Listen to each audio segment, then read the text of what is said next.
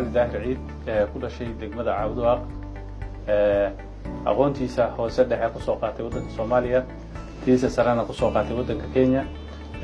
halka jaamacadaha aan ku soo qaatay wadamada Holland iyo UK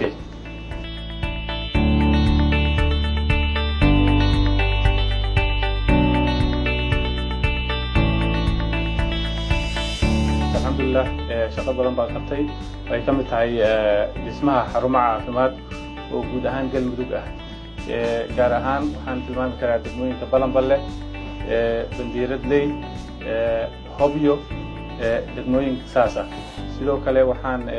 agab caafimaad oo kala duwan gaarsiinay degmooyinka Cadaado Baxdo Gaalkacyo Hobyo Xeraale Balanballe Cabduwaaq Gadoon iyo deegaano kale oo badan marka guud ahaan reer galmudug way yaqaanaan wax badan baan qabtay muddadii aan hayay waxaan rajeynayaa hadda haddii halkaas aan u tartamay aan ku guuleysto intii in ka badan inaan qaban doono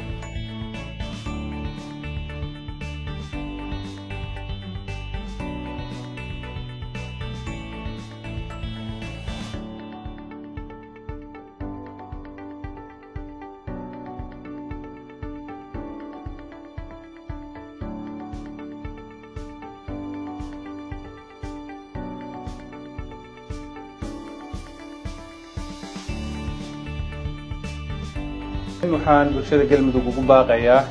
inay xasiloonida iyo nabadda ka shaqeeyaan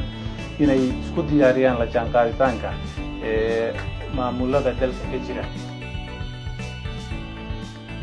tiimkeenan dhalinyarada ilaahay hadduu yidhaahdo hadduu ilaahay meesha nagu guuleeyo waxaan rabnaa inaan soo gaarsiino waqtigii galmudug ka dhumay inaan soo gaarsiino maamul goboleedyada kale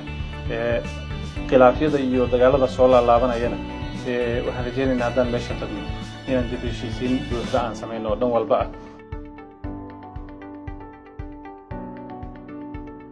maanta fursadda galmudug gacantiina ayay ku jirtaa maanta haddaad hogaamiye vision dheer aan lahayn aad u doorataan oo aad door bidaan wax yar oo mataqaanaa dhacdhaca taasi waxay dib u dhac ku ridaysaa galmudug waxaan leeyahay doorta hogaamiye ka bixi kara galmudug ka bixi kara maskax nadiif leh u talagalaya in deegaankan uu horumar gaarsiiyo guul baan idin rajeynayaa